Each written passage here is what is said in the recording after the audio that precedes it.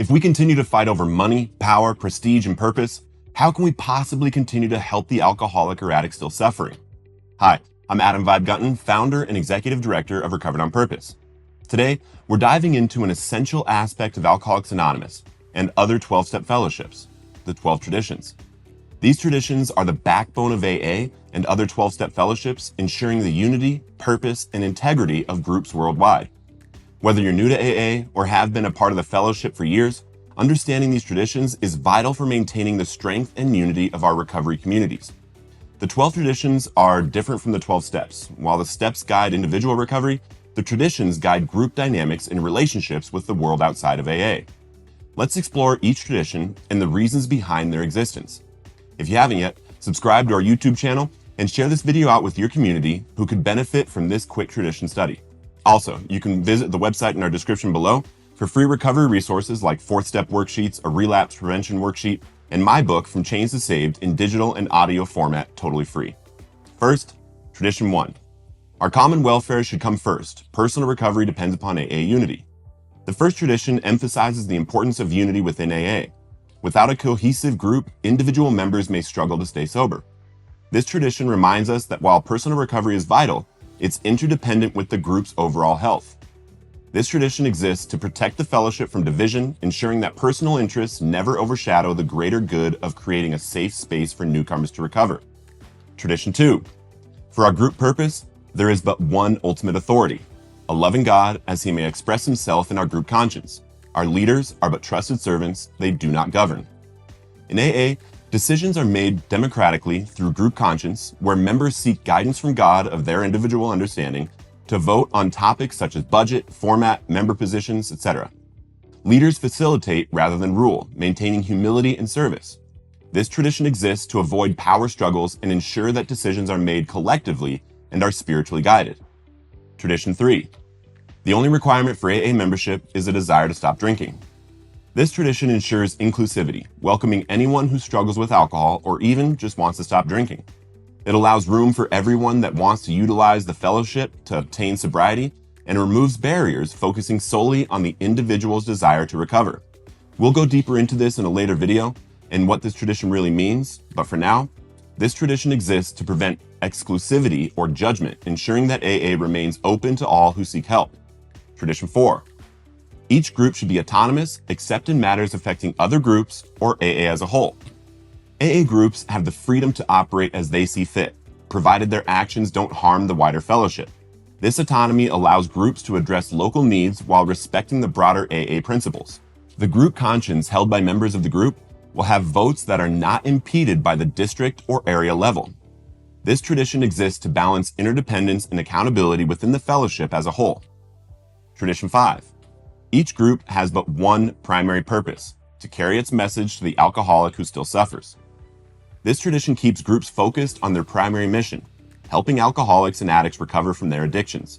It prevents distractions or alternative agendas from diluting AA's purpose. This tradition exists to ensure that AA groups remain dedicated to helping alcoholics and addicts, rather than pursuing unrelated goals. Tradition 6. An AA group ought never endorse, finance, or lend the AA name to any related facility or outside enterprise, lest problems of money, property, and prestige divert us from our primary purpose. By avoiding affiliations, AA protects its integrity and avoids conflicts of interest from places like churches, treatment centers, and private equity firms with a separate goal in mind. This tradition exists to safeguard AA's reputation and focus while preventing external influences from compromising AA's mission and unity. Tradition 7. Every AA group ought to be fully self-supporting, declining outside contributions. This tradition ensures financial independence, reinforcing AA's principles of self-reliance. By funding themselves, groups maintain autonomy and avoid external obligations to the same places and institutions we covered on Tradition 6. This tradition exists to prevent financial dependence and preserve AA's neutrality from outside influences. Tradition 8. Alcoholics Anonymous should remain forever non-professional, but our service centers may employ special workers. AA relies on peer support, not professional therapists or counselors to do the work. We help people with the 12 steps for free and for fun, and to maintain our own recovery and spiritual development. However, it allows for administrative roles for support operations like your local Alano clubs or other clubhouses. This tradition exists to maintain AA's identity as a fellowship of equals, battling a common problem, and not a professional organization with a profit motive to help the addict or alcoholic still suffering. Tradition 9. AA, as such, ought never be organized, but we may create service boards or committees directly responsible to those they serve. This tradition avoids hierarchical structures, keeping AA decentralized and focused on service rather than bureaucracy. There should never be politics in 12-step fellowships, and we should vote people into positions who are there to serve, not gain power and influence.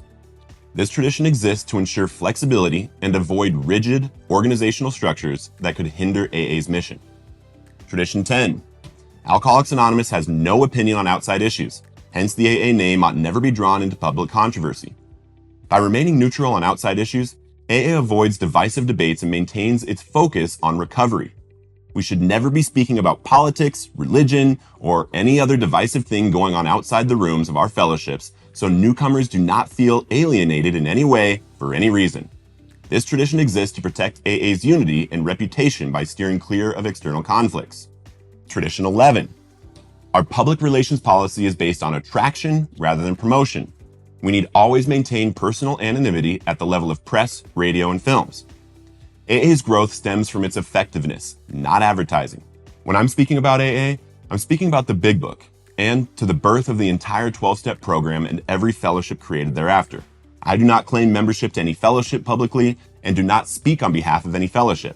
Anonymity ensures members' privacy and prevents individuals from becoming AA spokespeople who could damage the reputation and effectiveness of the 12-step fellowship they publicly claim. This tradition exists to prioritize humility, safeguard members' anonymity, and keep fellowships from being damaged by personalities outside of the rooms. Tradition 12. Anonymity is a spiritual foundation of all our traditions, ever reminding us to place principles before personalities. This tradition underscores humility and equality within AA. By focusing on principles, AA avoids conflicts rooted in personal egos or agendas.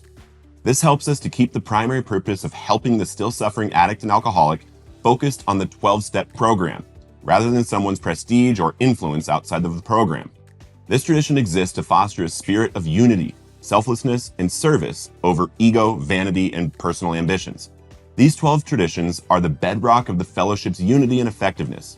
They're designed to protect the integrity of AA, CA, NA, and other fellowships, ensuring it remains a safe and supportive place for alcoholics and addicts to recover. By understanding and honoring these traditions, we contribute to a stronger, more unified fellowship. Thank you for taking the time to explore the 12 traditions with me. If you found this video helpful, please like, share, and subscribe for more weekly recovery-focused content as you continue living Recovered on Purpose.